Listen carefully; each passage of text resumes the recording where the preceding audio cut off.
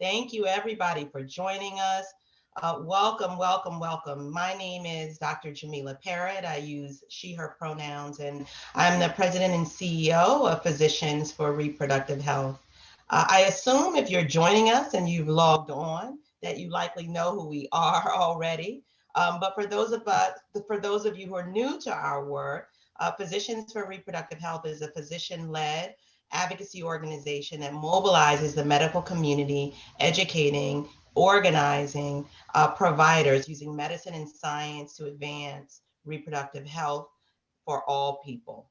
And so as we continue to see the growing gap between reality and rhetoric in the public space, especially when it comes to reproductive health and rights, we know that organizations like Physicians for Reproductive Health certainly has its work cut out for us. And the gap seems more like a chasm, I think, when we're talking about abortion care. And I know as an abortion provider myself, how critical it is to have the voices and perspectives and lived experience of those most impacted at the table. Um, I know I can't even count the number of times we hear folks talking about abortion, what it means to have an abortion, what it means to provide abortion care, and find that those conversations are almost always led by folks who neither have had nor performed an abortion at any point. So I'm so thrilled to have an opportunity. It's evening where I am, so this evening and afternoon or morning, wherever you may be, to share a conversation with you all and to invite two people into the space who can speak to both things. It's my absolute pleasure to welcome Dr. Meera Shah and Crystal Good to the space this evening. And I'm going to say a couple of words by way of introduction about both of you, but please, when I'm done, at anything that I miss out on or something you just like to contribute. Dr. Meera Shah is a family medicine physician who's currently serving as the Chief Medical Officer of Planned Parenthood, the Hudson Peconic in New York. She is also a fellow with Physicians for Reproductive Health. And Dr. Shah is dedicated to calling out the injustices that keep people from exercising their autonomy. And Crystal Good is a poet and a performer, a storyteller, an advocate, and an activist, and is self-described, I love this, Afrolatchian.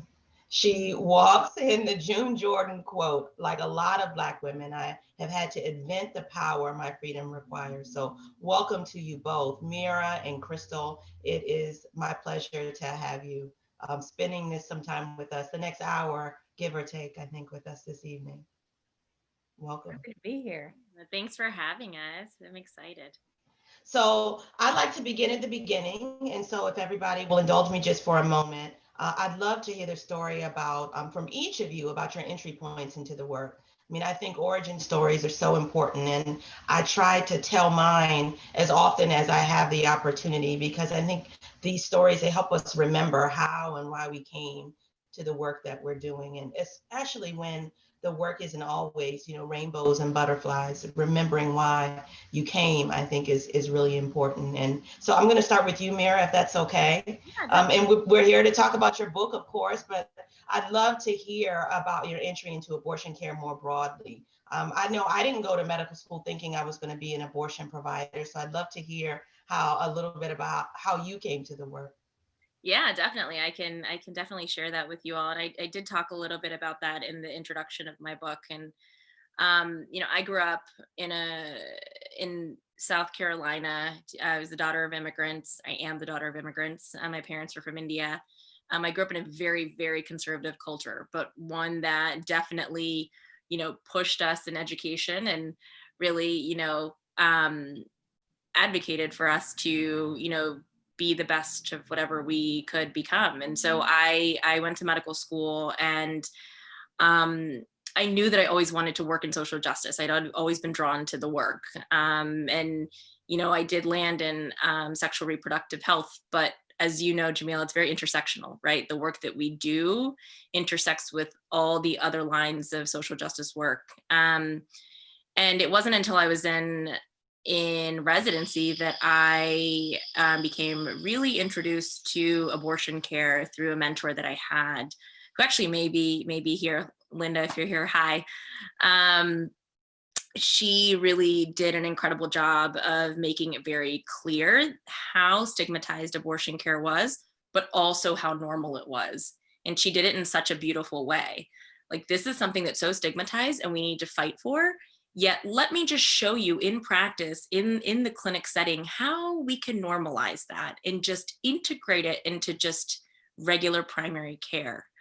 And so it was just a beautiful way to be introduced to this work, and I just became more and more interested in it. And I also became very engrossed in all the other aspects of sexual reproductive health, right? Because I truly believe that abortion is an all gender issue. So I, provide trans and non-binary care. I provide vasectomies. I provide prenatal care. The full spectrum of sexual reproductive health care is what I provide. But in terms of advocacy, I really landed on abortion because, as you know, it's been attacked at every angle. And then when I graduated from residency and I started to practice medicine, I was really terrified of coming out as an abortion provider, because we all know that abortion providers have been, victimized. That we've been threatened in many ways, and killed, assassinated. Literally, outside of church, in our homes. It's scary. It's scary to say that you do this work. And I'm from South Carolina.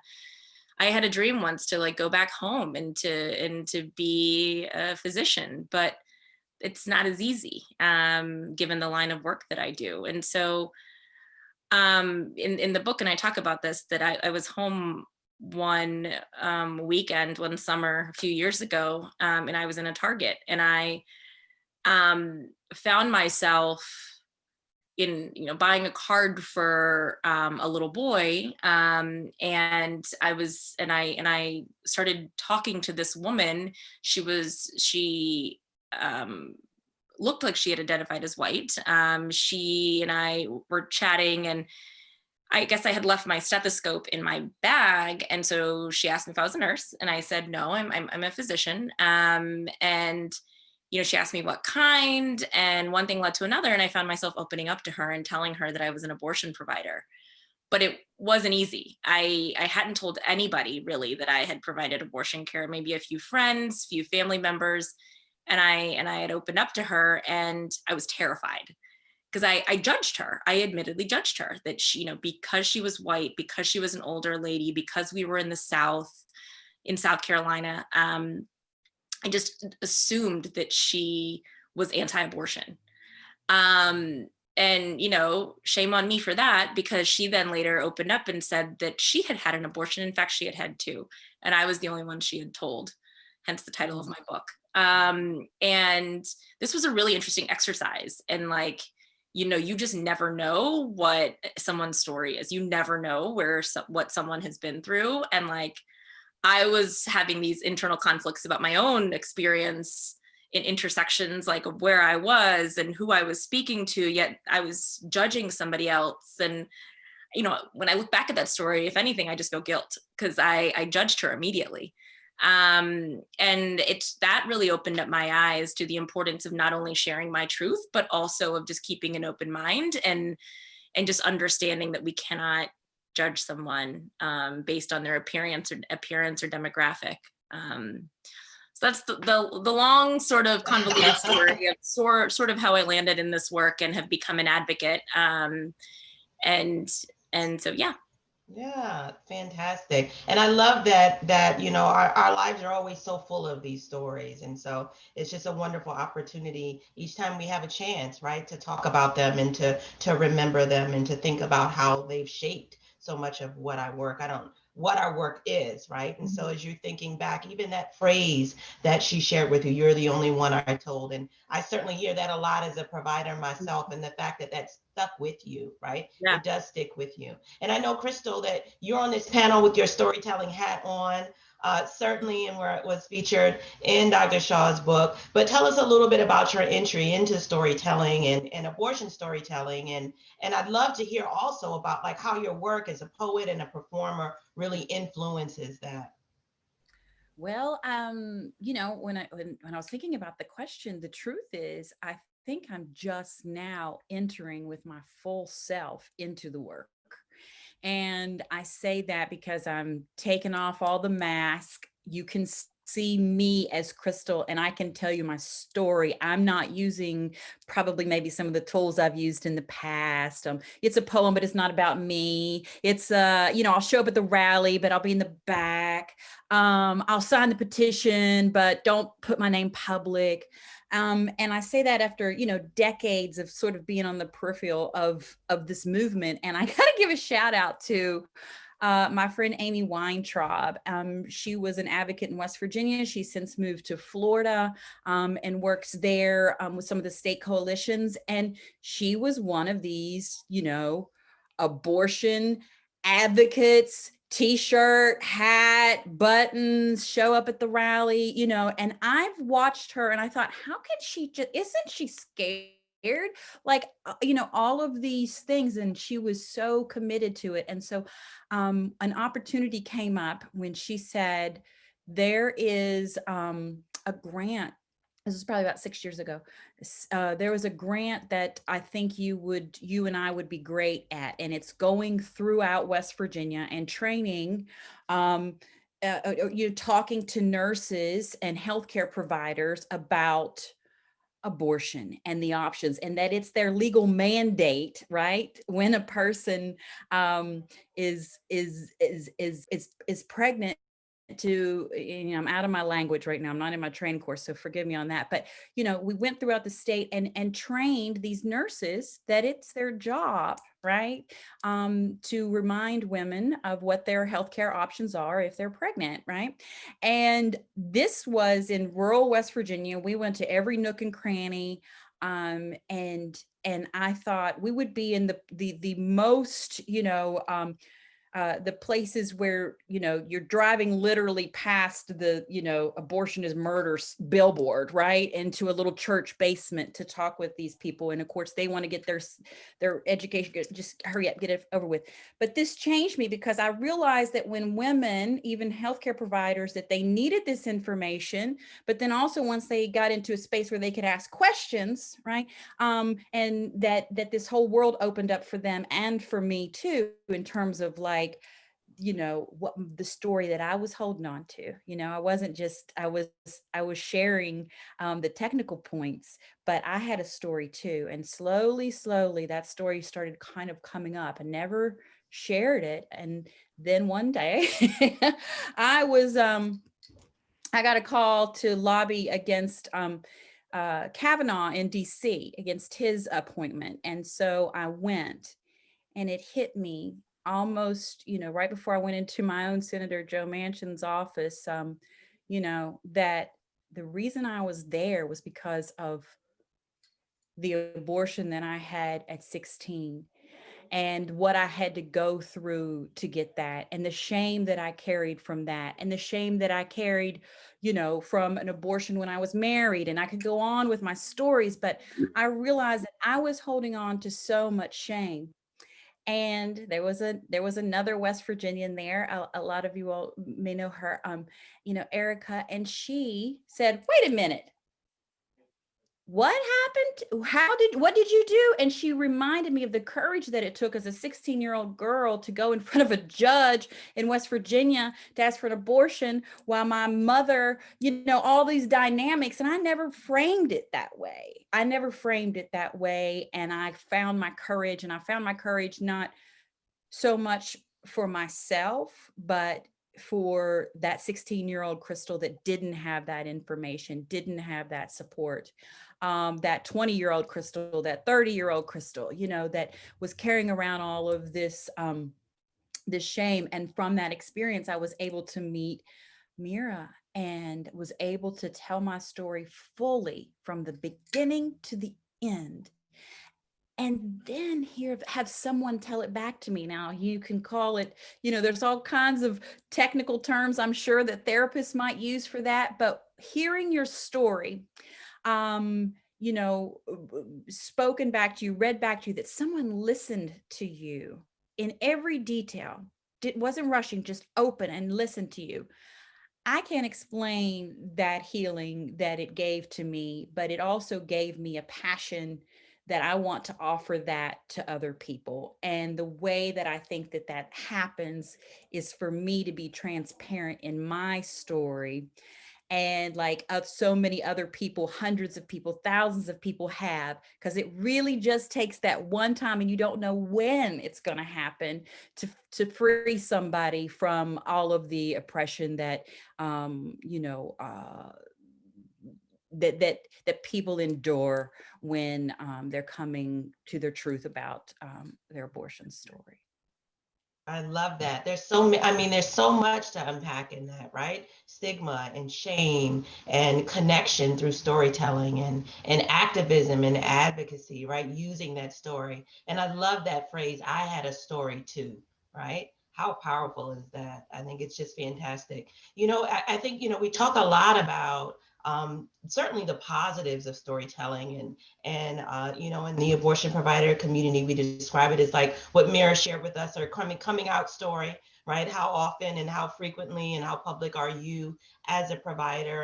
And similarly for you, Crystal, as someone who was in this space advocating for this care and still not being able to show up as your whole self, right? And so much of that, I think, and I wonder what you all's thoughts about this are really tied to the stigma, right, that you talked about, Crystal, around storytelling. And one of the things that I really love about the book and about your work as a storyteller, Crystal, is the way that I think about stories as allowing us to create and shift narratives, right? It's like a power analysis of what's going on in the world, allows us some distance to step back and to think about it. And when I think about this in terms of the stigma around abortion care in particular, I think that the possibilities here for storytelling are just really endless. And as a provider, I've had the privilege certainly of hearing the stories of countless patients who told me the exact words that we see in the title of the book, right? You're the only one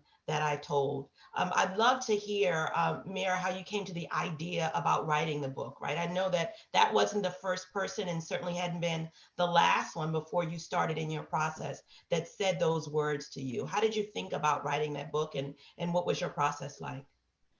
Well, so it really did happen sort of, one thing led to another. I've always loved reading and writing. They're my first love. But when you're the daughter of Indian immigrants, it's like a multiple choice test. You have to become a daughter lawyer and a doctor, lawyer, engineer, right? We always joke about that in the community. Don't get me wrong, I love my career, but there is a little bit of, come on, you're going to be a doctor. But I never forgot my love for reading and writing. Like and I felt like I had stepped away from that after residency. And I was missing it. So I took a writing class in New York. And I just had a lot of thoughts and a lot of things to say, and I started to put pen to paper and started to write these stories down. I also, around the same time, did the Leadership Training Academy through the Physicians for Reproductive Health, and which really helped me find my voice. I mean, I love physicians, and y'all know it. I tell physicians all the time that I am fully devoted to this organization because I really wouldn't be where I am today without the help of the organization. I learned how to speak about abortion, right? I think at the beginning of the fellowship year, we all, at least when I did it, we all one by one went up to the mic to talk about this work and what we do and how we feel about it. And there was just a lot of like disorganized anger, right? Like people just just throwing out emotion. But by the end of it, we had really figured out a way to be really productive about the work that we do and the way that we feel about it, and why abortion is a human right and why abortion is healthcare, and talk about it in a way that's really constructive. And I thank physicians for all of that valuable training. But going back to the book, I also wanted to get deeper into writing. And so I just found myself writing the stories and writing about my experiences, writing op-eds in this writing class. And I shared some with a friend of mine who used to be a literary agent. She has now switched industries, and she said, this needs to be a book. And I said, oh, stop. Like, no, like what? And she was like, no, Meera, like this needs to be a book. And she actually held me to task. She put reminders on her phone and would call me every month and say, all right, do you have your pages? Do you have your pages? Do you have your pages? And like pushed me. So I acknowledge her at the end, because if it weren't for her encouragement, I don't think that this would have come to fruition. But I will say, the work that we do, and you know this, Jamila, it's multidisciplinary. I mean, we work with lawyers and advocates and storytellers and our patients and people from the RJ movement. It's really a movement in that sense. And so I had folks from every single aspect weigh in, and read the book and give feedback.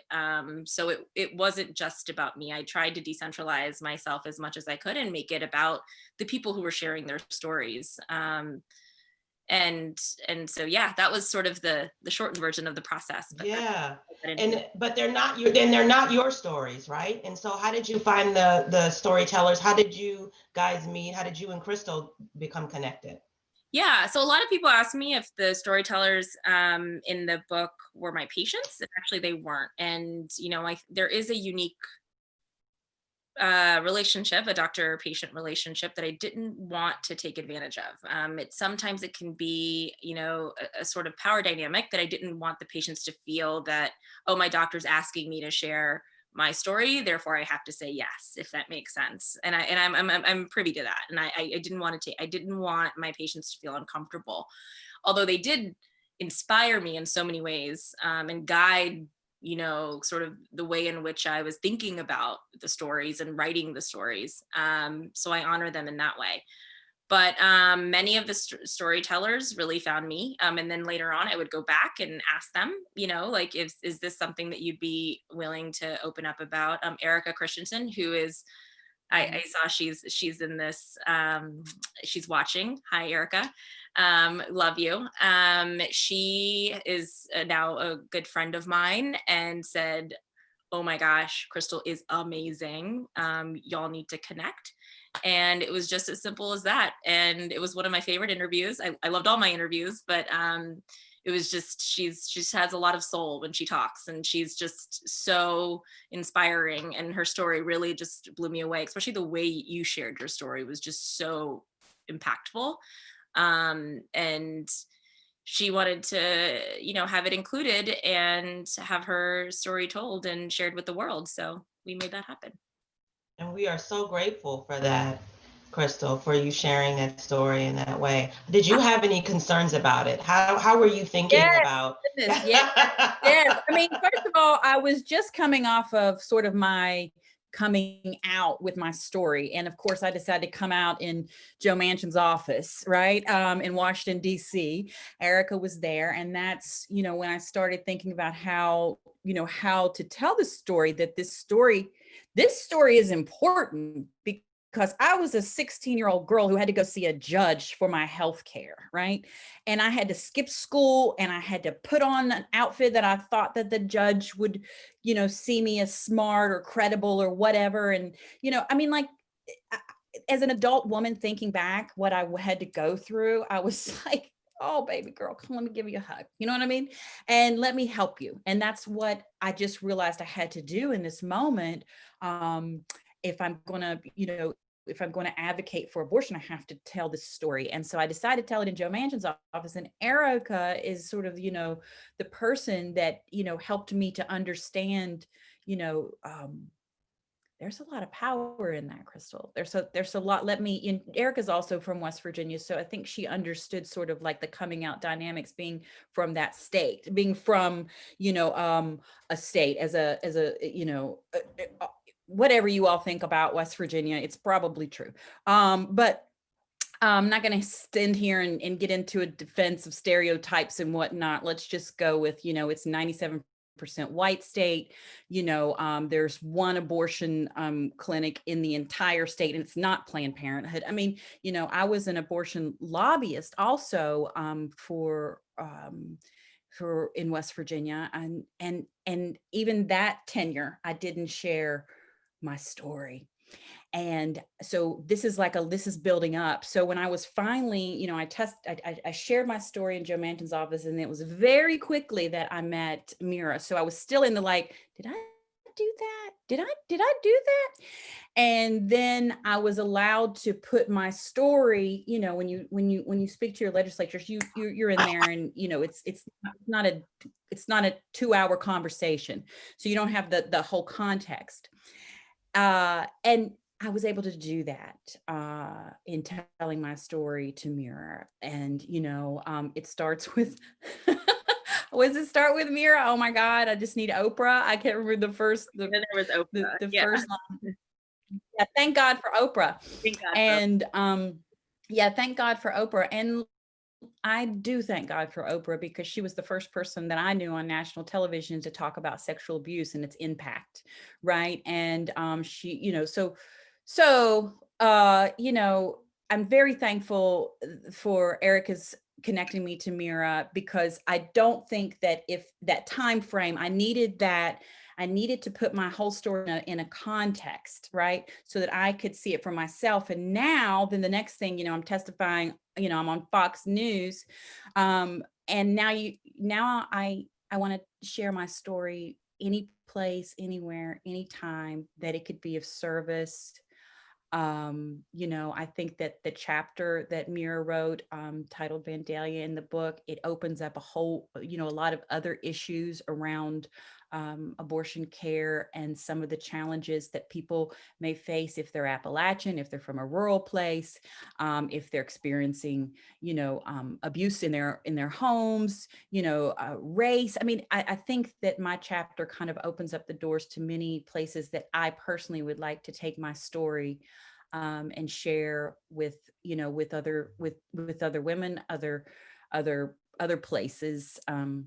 Yeah, so it's really a gift to that I've been given in this 2020 pandemic of a place that that I'm present and whole and ready to just move in the true spirit of activism. And I say that everybody, I had to inch along, but I'm here now, and I understand, the Erica Christensens of the world, the Amy Weintraubs of the world, those advocates that have been in the struggle for decades, you know what I mean? And here I am. I'll tell you, I'm 45, and I'm finally ready to just like, well, I can't cuss, can I? But but that's what I feel like, and I feel like, and I'm so thankful to the, to the providers like yourselves that are out here advocating. And, what a burden, in the sense of like, you're a medical professional. You should be able to just focus on doing your job and attending to your patients, not worrying about laws and, how to get your patients in, how to get your patients out, all of the, like, all of the ancillary things that providers, worry about, because that's patient care too. So thank you all. Well, we are grateful to you. And when you decided you were going to tell your story, you didn't just tell it in the legislator's office in West Virginia. You told it to the world and the Supreme Court hearings. And if you're watching, you've not tuned in and not seen the recording of Crystal telling her story in opposition of the Supreme Court nomination that was rushed through, I urge you to do so. I mean, it was such a powerful story to hear you tell, and to use that platform and to really think about, right, storytelling as advocacy and as activism. As Meera mentioned, I did the Leadership Training Academy through Physicians for Reproductive Health. And I think so many of us have, this energy and passion around social justice and how to do the work. But the LTA for me really taught me how to use my specific positionality as a physician provider, right? To advocate for reproductive health. It wasn't just Jamila, who's this Black woman who grew up in DC, who really believes that everybody should have access to the same services, whether they're here or any place else, regardless of their zip code. It was, what do you do with your specific position, your lived experience, and how can you convert that and translate that for, like you said, Crystal, right? For the good, right? For the greater good. What was, I'm going to stick with you just for a little bit longer, Crystal, if that's okay. I'd love to hear something surprising that came since you began telling your story, and now with the book being out, what's one thing that surprised you in terms of people's reactions to it? Well, there's I get a lot of emails through my poetry website. I guess, people are looking for a way to contact you, and they're just beautiful people that find me from somewhere in the world and want to say thank you and want to share their story. It was surprising to me that when I gave the testimony, that the West Virginia Democrats would put out content that said, you can still vote for Joe Biden and be pro-life. That was a surprising turn of local politics. Yeah. And I think also, the truth of it is I talked to my mother before I gave that testimony, and told her that I was going to share the story. And she said it was my story to tell. But I think, I was very careful in trying not to. And if you listen to my story, part of it is that, I was sexually abused as a child by my mother's husband. There wasn't a whole lot of trust there for me to go to my mother. She was anti-abortion at 16 years old when I found myself pregnant. So the relationship has been very fragile for years. And she did tell me before the testimony, it was my story to tell. But since that time, my mother won't speak to me, and I don't know if that relationship can, it's one day at a time. But what I say is that I'm whole now. My story has freed me, and I hope in some ways freed my mother and other people too. Our secrets keep us sick, and I just, one of the things is how you move, and one of the things about when I say how you move is that this movement moves in love. And I feel that, right? And so it's sort of the intention that I went to give my testimony was not to embarrass or shame or harm anybody. It was to really add healing to the narrative, and that includes my own. So I think the surprise from this was that, you know what? I still was I'm still trying to do a little bit of people pleasing in my life, but when you testify in front of of, of Congress like that, the only person that you need to please is yourself, and I feel good about that. Love it. Wonderful. And you, Meera, what was the most surprising thing that's come to you?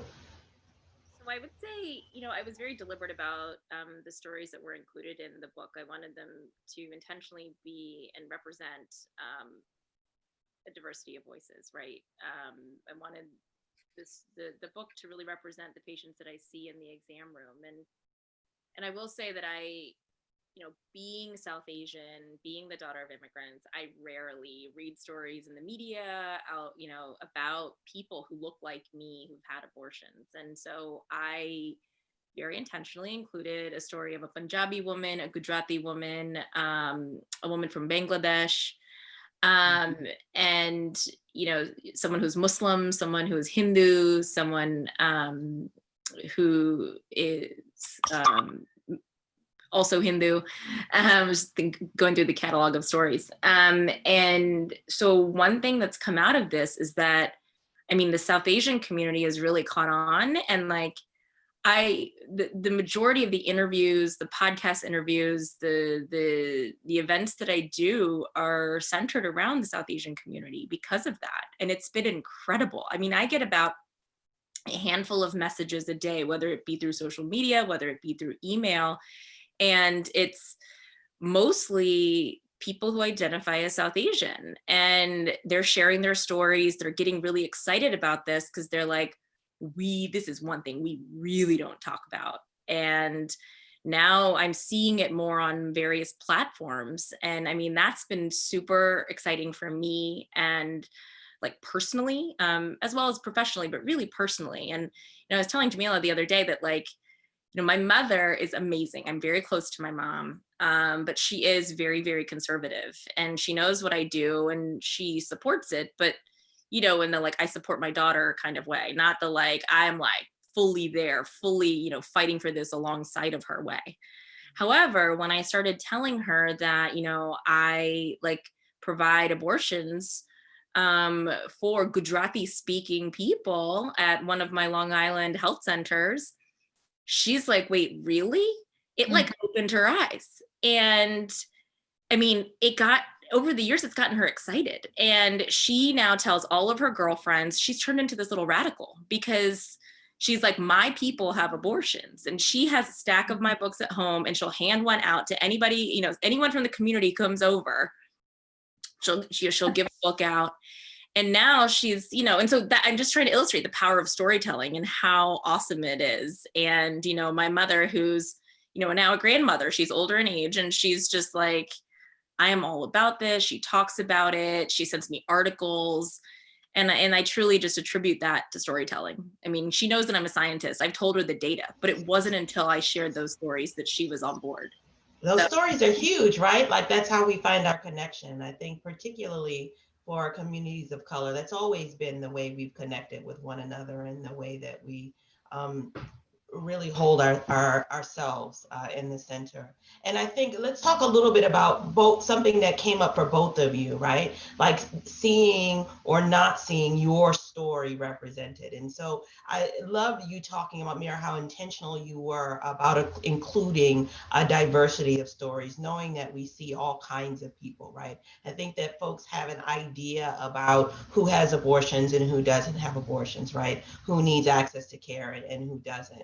And I think about so much of that being grounded in privilege, right? And so we talk about all the time. And Crystal, I know that you've seen and heard this as you've done, your advocacy around abortion, even before you told your story, right? There's the good abortion story and the bad abortion story.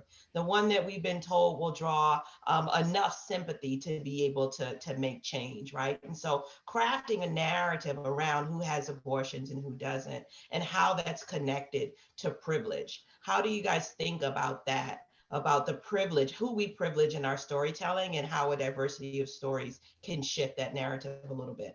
Feel free for either of you to.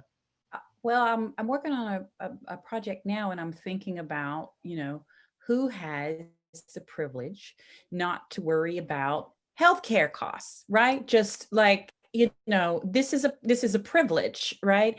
And so, in West Virginia, abortion is still legal. It's still accessible, right? Of course, we know, there's super obstacles to paying for the costs related to abortion care. And so to me, that privilege, being from one of the poorest states in the country that doesn't discriminate between Black, white, poverty is poverty.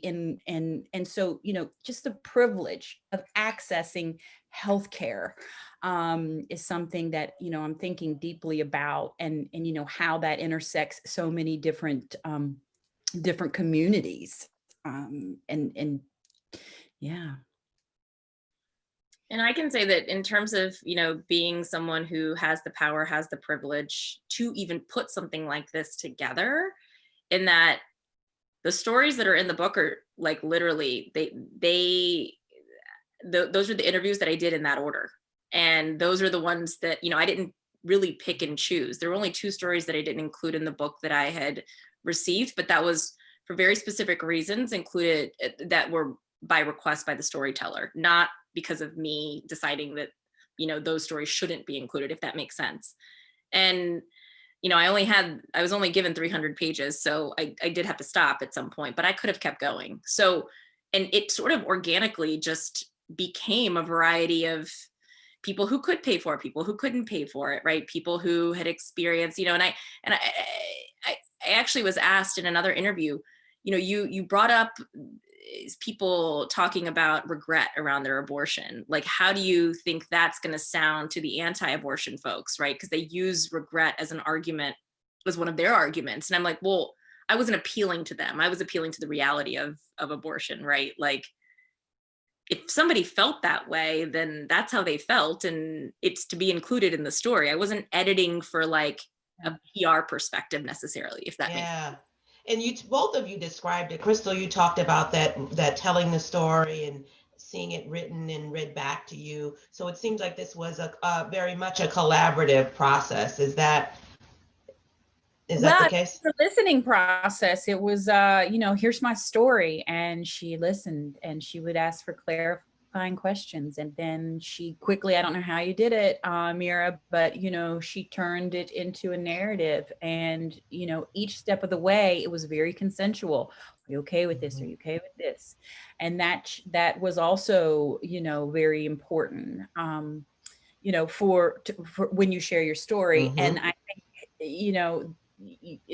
that's what the movement provides, because the world doesn't, and that's the fear. And it's the fear of what could happen or what people will say, that holds so many people in bondage to not sharing their story. But I know that the greater bondage is in not sharing your story, that all of a sudden something happened to me. And this is just my experience when I shared my story, that I don't even think about that. I mean, I don't want to experience it, of course, but for the most part, the benefit of sharing my story, and being in witness to other people sharing their story, or however I'm able to amplify, that people have abortions, and, and that this is health care, Mm-hmm.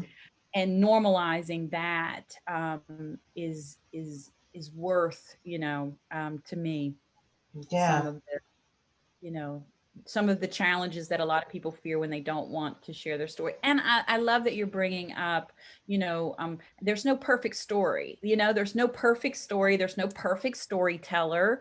It's, it's important that we're all included in there. I don't, I have a particular cadence. I have a particular story. Other people have, their way of telling a story. And one of the things that was very comforting going through this with Meera was that she did allow me the nuance to say, you know what, I felt bad, or I don't want to do, or some of the things that perhaps, might be edited if or in the past. I don't know. I think the way that Mm-hmm. abortion stories have been told in the past are moving to allow nuance, to allow, for, the truth. And the end game is that this abortion is healthcare, and that it should be accessible to anyone who wants and needs it. And I love that, right? Because what I'm hearing from you is that your story is complicated, as is everybody's story, right? Because our lives are complicated. And I think that I agree with you in that we're moving toward that insistence that we have to distill the story down, for folks to be able to empathize or to consume it in some way. And I think it all falls under this like ethical storytelling umbrella, right? If we are going to use storytelling in this way, whether it's our own story or sharing the stories of others, how can we do that in a way that's ethical? And to me, that means allowing it to be a whole story, right? The person to be whole. And that is an ethical way. That's fantastic. We only have about 15 minutes left together, and we've had some questions that attendees have put forward. So I won't take up all the time with all of my questions, but I'm going to throw a couple that we got submitted early on if you guys are willing to answer them. The first one I think we'll pull um, is a provider question, right? What role do you think that medical students and residents can play in contributing to destigmatizing abortion care, especially when training at institutions, um, especially when they are training at institutions that may be indifferent or unsupportive regarding abortion care? And I think that maybe this was directed to Meera, but I'd love to hear Crystal's experience as well and your thoughts on it. So we'll start with you, Meera. Yeah, I mean, I think that the answer to that is that it can be very difficult. That's an experience that many trainees go through around the country, and it can be really hard. But the good thing is that there are communities and organizations that you can be a part of to seek camaraderie and allyship in that pursuit to become a provider, to become an advocate. And so, Medical Students for Choice, or the Reproductive Health Access Project, Physicians for Reproductive Health, there are a lot of organizations that will help you find community and help you advocate for getting training and becoming an advocate. So that's a really great place to start. And I'll just speak from the years that I spent traveling through West Virginia to train healthcare providers on, how to tell their patients what their options were when they were pregnant. And I was surprised, I don't have any physician's credentials. I am just there as a facilitator. I was surprised at how little medical students knew about abortion. That was a surprise to me. And so, how very little perhaps, and you all could speak to that more so, but this was just sort of, I don't know, what year students I was engaging with, but I knew that this information was new to them and that they didn't have places like for choice. They didn't always have places like that on their campuses.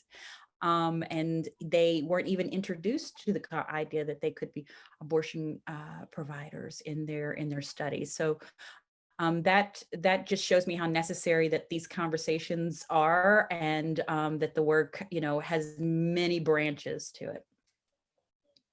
It is. I mean, I think it would be surprising to most people to realize that you can get all the way through medical school, your residency, even as an OBGYN, and not receive any training on abortion care because of the, opt-out clauses that are built into it. And it's a whole component of care that you just simply miss out on, right? And I think that there's some folks that certainly choose to do so. And then the other way that we see it show up is in folks that are receiving care and training at religiously affiliated institutions, right? And you may not even realize that that's a part that's going to be completely omitted from your care, from your training when you go in, when you're matching for residency, when you're thinking about where you're going to get your training, that piece is often completely missing.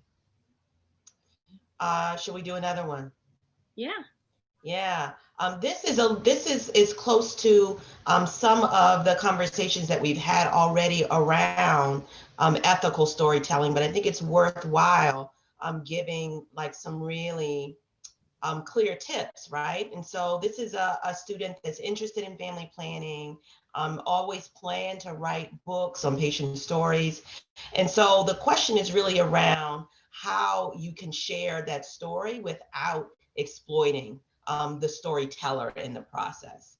And as somebody who's told their own story, Crystal, and you didn't know, although you were connected through Erica to Meera, you certainly didn't know her and didn't trust her from the beginning. So thinking about what stories, tips you have for storytellers, and then for writers as well, for Meera, when you're collecting folks' stories. Well, I think that, as a provider, I would, I'll let Meera speak to that, but as a person that is giving my story, I think you have to practice discretion with that, because especially today in with social media, all the different ways of being recorded, or all of these different ways that your story could potentially be shared without your consent is important. You might do a Facebook post and share your story there, and then someone could take that and turn it into their own narrative. So what I'm saying is that that an organization or an author or a provider that wants to document and share your story is ethical by the level of consent. That's what I would say, that they engage you in the process. And yeah, there might come down to, depending on what the platform is, some paperwork and things like that. But, one thing I knew is at any given time of this story, I could say no. I could say no. And even in, there was no pressure on me when it came time to say, okay, this is a book, it has a publisher, there's some legal things connected to it, but, do I really want to do this? To the last minute, I could have said no. And that I didn't feel any pressure. So I think that, and I think that's a skill. And I think that might be something that physicians are probably maybe better at than some of the other folks that I have worked with in different issues in the story extraction. Like you said, I'm an Afro-Latin, African-American Appalachian, and I wear that identity to remind people that there are Black people still in Appalachia, and I know that being an Afro-Latin, often my story, people want to share my story, want to know my story, not just that, the story of the region. And it's not always done in the most quote unquote ethical way, so I would say that if anyone wanting to share their story or, wonder what it's about the consent. It's about the consent between you and the storyteller, well, we're both actually storytellers, Meera. It's just the translation there into the world. Yeah. And I just wanted to add that that for me, it was, I told all the storytellers, just feel free to track changes, like delete paragraphs, add words. I think, Crystal, you reached out to me months later saying, I want to change this part. And I was like, great, sure. It's not, I mentioned earlier that there were two storytellers who pulled their stories all together for various reasons, right?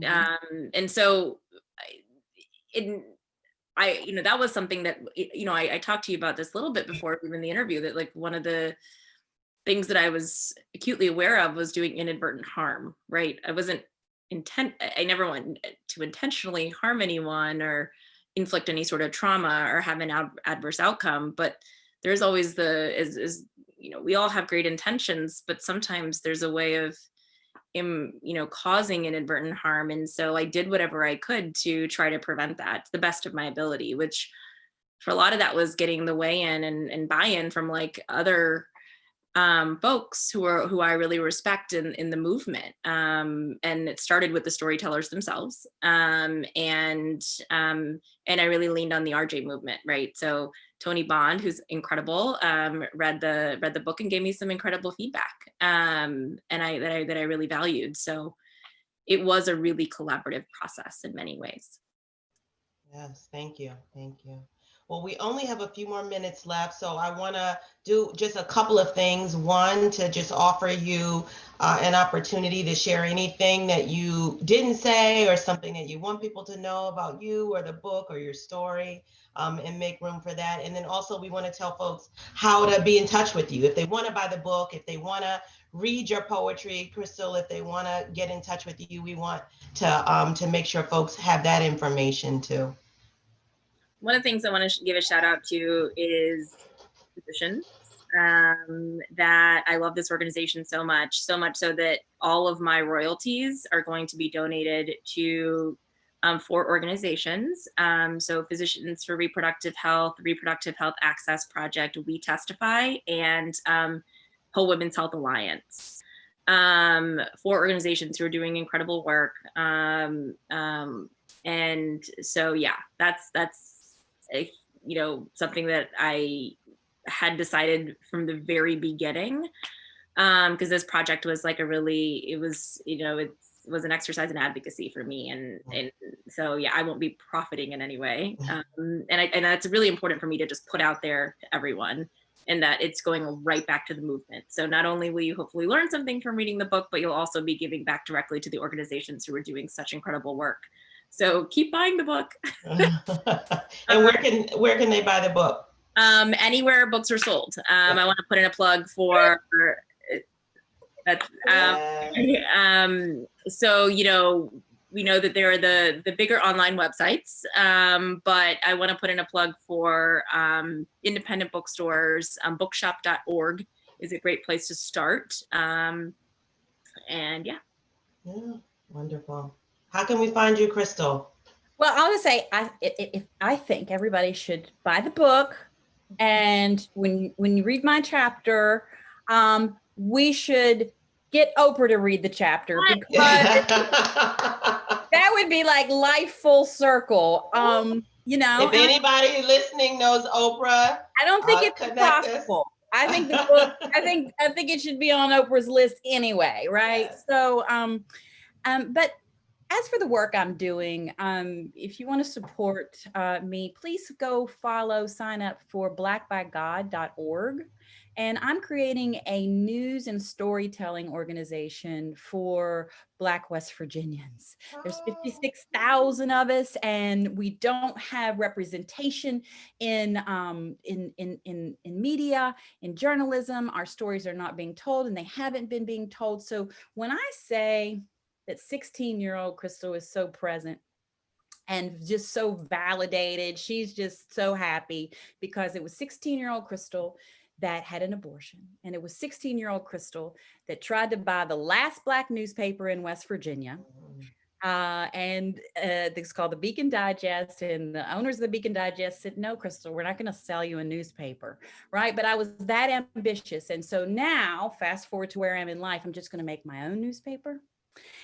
And that way I can give, people like myself information that they might not otherwise find. So I'm building it from the ground up. It's called blackbygod.org, and you can sign up and just help me get those numbers up, as far as, and that's it. That's about it. That's wonderful. In the spirit of Ida B. Wells, we'll start our own newspaper. I love it. I love it.